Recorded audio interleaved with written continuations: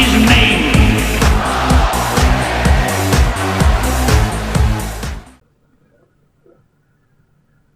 It's Banned Books Week, and I've taken it upon myself to do readings from various books that have been banned in various places at various times for various things. Today I'm going to do a reading from the Canterbury Tales. Not in the original Middle English, because you don't want to hear me stumble over that. I have enough stumbles reading things anyway, but in a more modernised version.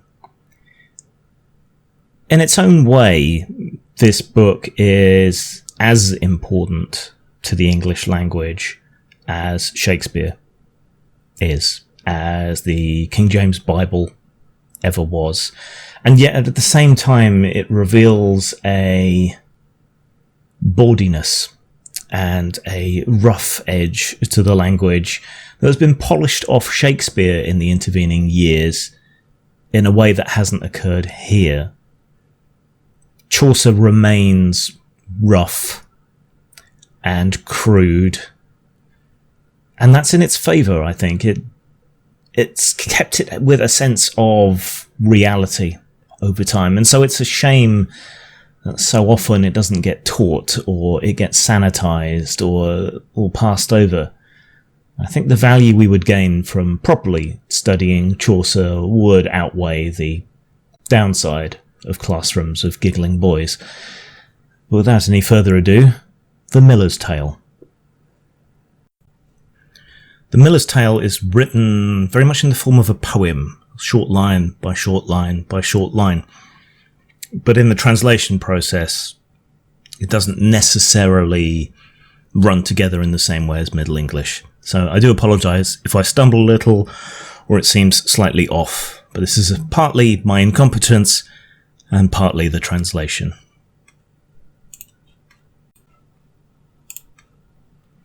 Once upon a time there dwelt in Oxford a rich churl that took in guests to board, and for his craft he was a carpenter. With him there was dwelling a poor scholar, who had learned the arts, but all his fancy was set on studying astrology, and he could judge certain propositions by the course of his investigations. Should men ask of him at certain hours if there would be drought or else showers, or if they should ask what might befall, of sundry things I could not tell them all. This clerk was called Courtly Nicholas. Skilled in secret love affairs and solace, and withal was clever and discreet, and to see was like a maiden meek. A chamber had he in that hostelry, alone without any company, elegantly garnished with herbs sweet, and he himself as sweet as root may be, of licorice or any zedory. His almagest and his library, his astrolabe belonging to his art, his counters for arithmetic laid apart, on shelves that stood at his bed's head, his cupboard covered with a cloth of red. And above all, a showy psaltery, on which at night he made melody, so sweetly that all the chamber rang, and Angelus and Virginum he sang, and after that he sang the king's note. Full often blessed was his merry throat, and thus this sweet clerk his time spent, with what his friends provided, and the rent. This carpenter had wedded a new wife, whom he loved far more than his life. Of 18 years she was of age, jealous he was, and kept her in a cage, for she was young and wild, and he was old, and thought himself a likely cuckold. He knew not Cato, his learning was crude, who advised a man to wed his similitude, of youth and age at odds end in debate. But since he had fallen in the snare, he must endure, as we, the weight of care. Fair was this young wife, and then withal like a weasel's, her body shapely small. A belt she wore, one all barred with silk, an apron too as white as morning milk. Upon her hips, full of many a gusset, white was her smock embroidery set. Before, behind, on the collar all about, of cold black silk, within and without. The tapes of her white cap all together were of the same cloth as her collar, her broad headband of silk and set full high, and she had surely a flirtatious eye. Plucked very fine were her eyebrows too, and arched and black as any sloe too. She was much more beautiful to see, that is the early blossoming pear tree, and softer than the wool on a wether, and by her girdle hung a purse of leather, tasselled with green and pearled with brass. In all this world in seeking of a lass. There's no man with fancy so intense could dream such a poppet, such a wench. Full brighter was the shining of her hue than in the mint a noble forged anew, and for her singing, lively, voiced afar, like any swallow flitting through a barn, then she could skip and gambol as I am, assured as any kid or calf behind its dam. Her mouth was sweet as honeyed mead, I'd say, or a hoard of apples swathed in heath or hay. Skittish she was, as is a frisky colt, tall as a mast and straight as a bolt. A brooch she wore upon her low collar, as broad as is the boss of a buckler. Her shoes were laced on her legs high. She was a primrose, lovely to the eye, for any lord to take into his bed, or yet for any good yeoman to wed. Now, sirs, now so things came to pass, that one day this handsome Nicholas begat with this young wife to fool and play, while her husband was down Osney way. As clerks are full of subtlety and tricks, and covertly he caught her by the sex, and said, "Sweetheart, unless I have my will, for secret love of you, then die I will," and held her hard by the haunch bones. "And sweetheart, love me now," he moans, "or I will die as God shall me save." And she leapt as a colt does in the way of being shod, and turned her head away. She said, "I will not kiss you, by my faith." "Why, let be," quoth, she said, "let be, Nicholas, or I will cry, now help, and shout, alas, remove your hands by every courtesy." Then Nicholas began to cry for mercy, and spoke so fair, so earnestly did cast, that she was hooked, and pledged her love at last, and swore an oath by Thomas, Saint of Kent, that she would be at his commandment. When she could find an opportunity, "My husband is so filled with jealousy, that unless you're patient secretive," quoth she, "I know for sure I shall not live. You must be wholly secret in this house." "Nay, give that not a thought," quoth Nicholas. "A scholar would have wasted a good while, if he could not a carpenter beguile." And so they were both agreed, and both swore to wait a while, as I've said before. When Nicholas had done so, as I tell, and patted her about the buttocks well, he kissed her sweet, and took his psaltery, and played away and plucked a melody. Then it befell that to the parish church, there to perform Christ's own works, this good wife went on a holy day. Her forehead shone as bright as any day, so shiny was it when she left for work. Now there was a parish clerk of that church, and this clerk's name was Absalom. Curly was his hair, and as gold it shone, and stuck out in a fan wide and broad, full straight, and even his parting showed. His face was red, his eyes grey as a goose, with St. Paul's tracery carved in his shoes. In red hose he dressed elegantly. He was clothed neatly and properly, adorned with a light blue cloth jacket, full fair and densely were the laces set, and over it he wore a fine surplice, and white as the blossom on the spray is. A merry youth was he, so God me save. Well knew he how to let blood, clip and shave, and draw upon the deeds of land or quittance. In 20 manners he could trip and dance, after the true school of Oxford though, and with his legs leaping to and fro, and playing songs on a 2-stringed fiddle. Thereto he sometimes sang a high treble, and he would play as well on a zithern. In all the town, no brewhouse nor tavern, he did not visit with his power to solace, where any gaily dressed barmaid was, but truth to tell quite squeamish he was about farting, and in speech fastidious. Absalom, who was gallant in his way, would bear the censer round on holy days, censing the parish wives whom he passed, and many a fond look on them he cast, and especially on the carpenter's wife. To look at her brightened up his life.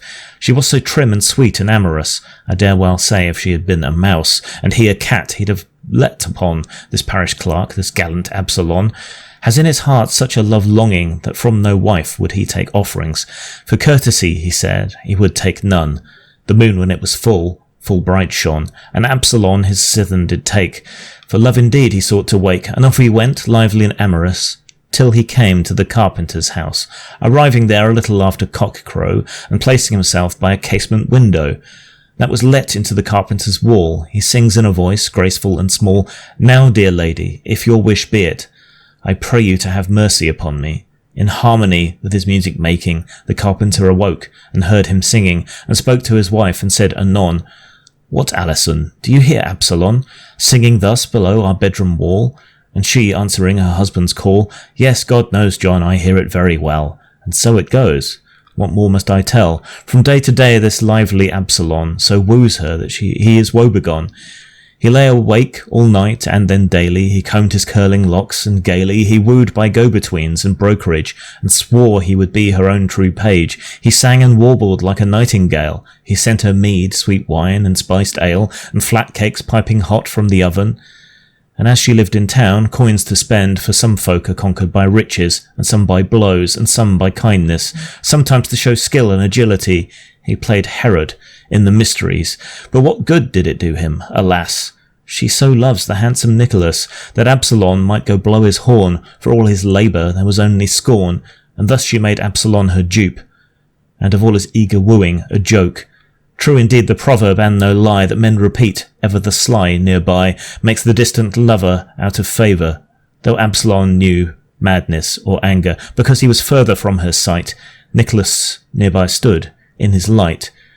Now do well, you handsome Nicholas, for Absalom must wail and sing, alas. And so it befell on a Saturday, the carpenter had gone down to Osney, and handsome Nicholas and Alison both agreed regarding this decision, that Nicholas shall devise some wile, this jealous, foolish husband to beguile, and if the game turned out all right, she would sleep in his arms all night, for this was her desire, and his too, and straightway, without more ado, this Nicholas, wishing not to tarry, but quietly to his room does tarry, both meat and drink to last a day or two, and told Alison to say, if her husband asked for Nicholas, she had no idea where he was, that all this day of him she had seen no sight.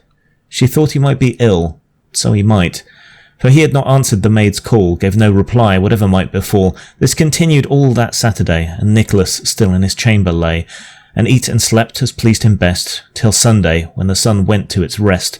The foolish carpenter wondered without fail about our Nicholas, why he should ail, and said, I fear, by St. Thomas, that all is not well with Nicholas. God forbid that he die suddenly. This world is now so fickle indeed.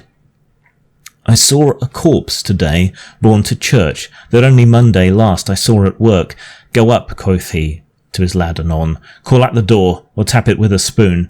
See how things are, and tell me swiftly. The serving boy climbed up sturdily, and at the chamber door a while the lad called and knocked as though he were mad.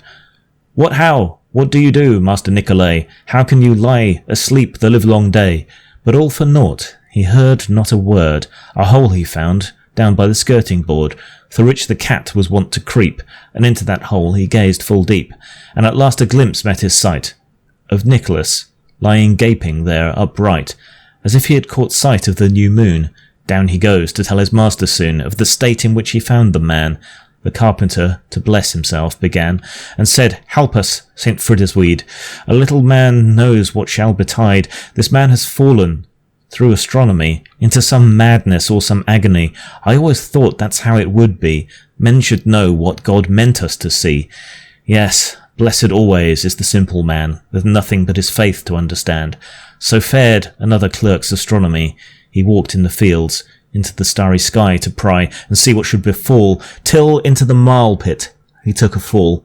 He saw not that, but yet, by St. Thomas, I'm truly worried for poor Nicholas. He shall be scolded for his studying, if scold I may, by Jesus, heaven's king. Get me a stave to work against the floor, while you, Robin, heave at the door.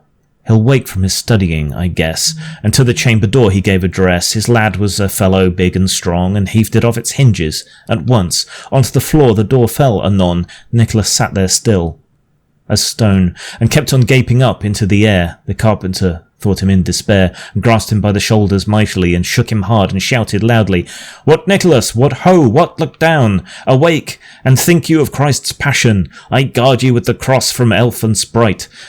With that the night spell, he said outright, on all the four sides of the house about, and on the threshold of the door without. Jesus Christ and Saint Benedict, guard this house from all things wicked, all night through. White Pater Noster, where went thou, St. Peter's sister? And at last our handsome Nicholas began to sigh deeply, and said, Alas, shall the world be lost and doomed now? The carpenter replied, What say thou? What, think on God as we do, working men. And Nicholas answered, Fetch me a drink then, and afterwards I'll speak in privacy of certain things regarding you and me. I will tell them to no other man, that's certain. The carpenter went down and back again. brought of powerful ale a large quart, and when each of them had drunk his part, Nicholas went swift to his door and shut it, and made the carpenter beside him sit, and said, John, my good host and dear, you shall upon your oath swear to me here that no man this secret you'll betray, for it's Christ's counsel that I say, and if you tell it, man, you are no more, for this vengeance fall on you, therefore, you will be mad, let that be understood. Nay, Christ forbid it for his holy blood. Quoth then this foolish man, I'll not blab. No, though it's I who say it, I never gab. Say what thou will, I shall never tell, child nor wife, by him that harrowed hell. Now, John, quoth Nicholas, no lies from me. I have found, through my astrology, as I gazed into the moon so bright, that Monday next, a fourth part of the night, a rain shall fall, as wild, as mad as could, that half so great was never Noah's flood. This world, he said, in less than an hour, shall all be drowned, so hideous the shower. Thus shall all mortals drown and lose their life. The carpenter replied, Alas, my wife, and she shall drown. Alas, my Alison. For sorrow of this he almost fell anon. He said, Is there no remedy in this pass? Why, yes, by God, quoth handsome Nicholas. If you will act on wise advice indeed, you mustn't follow where your own thoughts lead. For thus says Solomon, who speaks the truth, act on advice, and you shall nothing rue. And if you will act on good counsel, I undertake without mast or sail that I shall save her, and you and me. For have you not heard how saved was Noah, when our Lord had warned him before, that all the world with water should be o'er? Yes, quoth the carpenter, long, long ago. Have you not heard, quoth Nicholas, also the sorrow of Nero with his fellowship, before he could get his wife to ship? He'd have preferred, I dare well say, alack, at that time rather than his weather's black, that she had had a ship to herself alone, and therefore know you what must be done. This demands haste, and of a hasty thing. Men may not preach, or ask for tarrying. Anon and quickly get and bring us in a kneading trough, or that for brewing, one for each of us, but see they're large, in which we can sail as in a barge, and have in there victuals sufficient, for a day, never mind the remnant. The water shall abate and drain away, about 9 in the morning the next day. But Robin must not know of this, your knave, nor your maid Jill, her too I cannot save. Ask not why, for though you ask of me, I will not tell God's secret as must be. Let that suffice, and unless you're mad, accept as great a grace as Noah had. Your wife I shall save without a doubt. Go now your ways and speed hereabout, and when you have for her, and you, and me, brought in these kneading tubs, all three, then shall you hang them in the attic high, that no man may our preparations spy. And when you have done thus, as I have said, and have placed in them our meat and bread, and an axe to smite the rope in two also, when the water comes we may go, and break a hole up high in the gable, on the garden side above the stable, so that we can pass freely on our way, when the great shower has gone away. Then shall ye swim, as merry I undertake, as does the white duck follow her drake. Then I will call, Now Alison, now John, be merry, for the flood will soon be gone, and you will say, Hail, Master Nicolay, good morrow, I see you well, for it is day. And then shall we be lords all our life, of all the world, as Noah and his wife. But of one thing I warn you, of right, be well advised, on that same night, that we take ship and go on board, none of us must speak or say a word, nor call out, nor cry, but fall to prayer. For it is God's own command clear. Your wife and you must far apart begin, so that betwixt you there shall be no sin, no more in looking than there is in deed. This decree is made, go, and God speed. Tomorrow at night, when the folk are all asleep, into our kneading tubs shall we creep, and there we'll sit, abiding God's grace. Go now, your way, I have no more space, to make of this a longer sermoning. Men say thus, send the wise, say nothing. You are so wise I have no need to preach. Go, save our lives, and do as I beseech.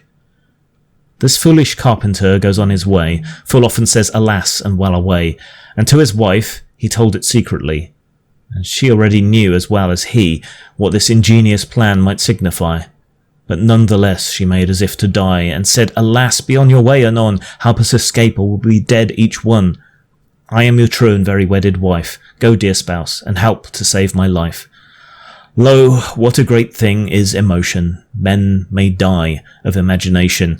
So deep the impression it may make, this foolish carpenter began to quake. He truly thought that he would see Noah's flood come surging like the sea, to drown Alison, his honey dear. He weeps and wails with sorry fear. He sighs with sorrowful groan. Enough. He goes to fetch a kneading trough, and after a tub, and one for brewing, and secretly he carries them in, and hung them from the roof in secrecy. With his own hands he made ladders 3 to climb up by the rungs, and so after reach the tubs hanging in the rafters, and victualled them, both trough and tub, with bread and cheese and good ale in a jug, sufficient right enough to last a day. But ere he had made all this array, he sent his lad and the wench also on business to London for to go, and on the Monday, as it drew to night, he shut his door without a candle bright, and readied everything as it should be, and shortly up they climbed all 3. They sat still. Some little time it was. Paternoster, and be mum, said Nicholas, and mum, said John, and mum, quoth Alison.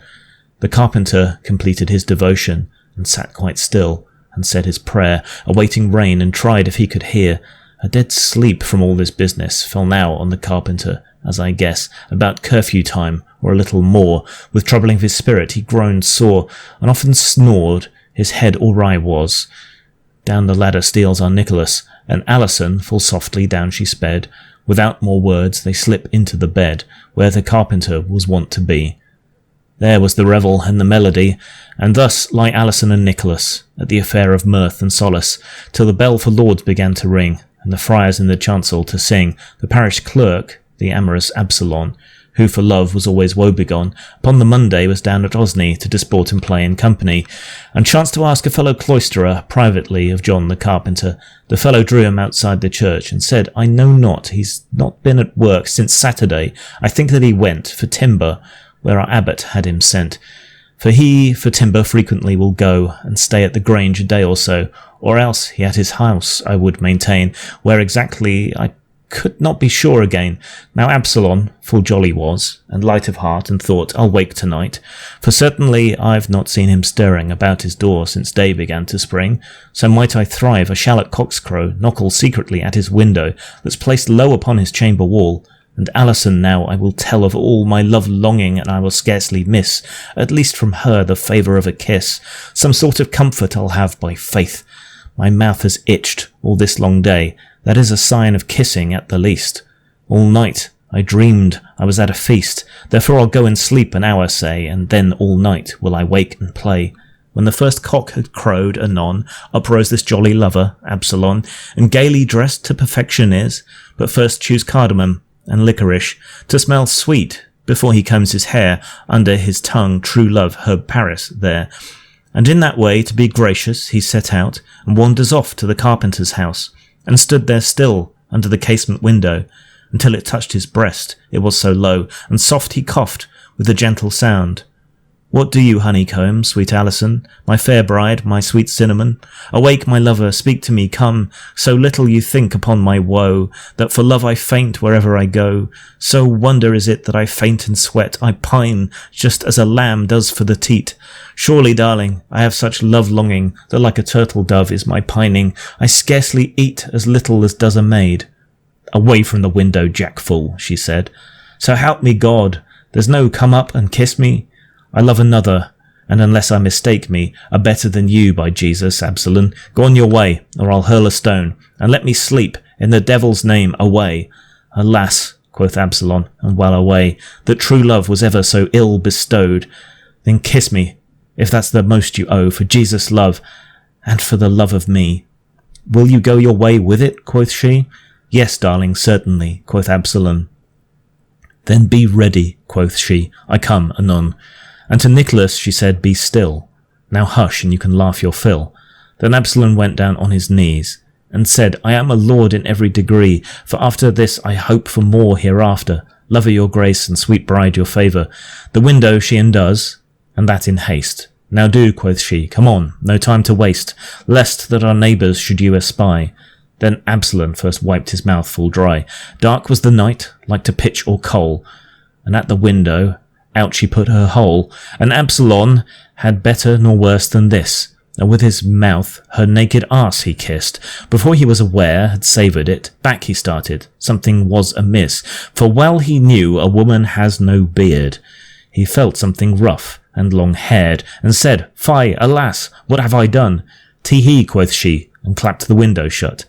And Absalom goes off, with saddened pace. A beard, quoth sprightly Nicholas. By God's body, that went fair and well.